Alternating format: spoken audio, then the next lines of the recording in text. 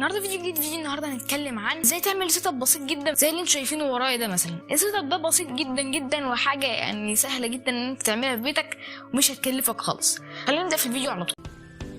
First, let me get lost, get faded, get high off the love I'm making.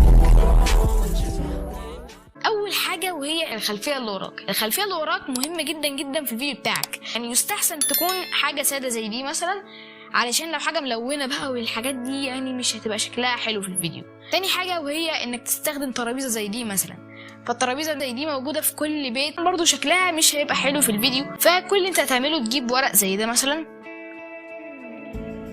الورق ده انت هتفرشه على الترابيزه بالشكل ده زي ما انتم شايفين كده، وهتحط على الترابيزه اي اكسسوارات عندك، المهم يعني ما تزودش، يبقى الشكل كويس يعني. طبعا بجانب المعدات بتاعتك اللي هم الاضاءه والمايك، لان من غيرهم اعتبر كل اللي انت عملته ده ملوش اي لازمه خالص. بفكرك تاني واقول لك ان المعدات دي بسيطه جدا، عباره عن رينج لايت، والرينج لايت له اسعار كتير اصلا، يعني ممكن مثلا 150 250 وهكذا بقى، وانت طالع ارخص حاجه تعمل لها مثلا 150 جنيه وهتبقى كويسه معاك كبدايه يعني.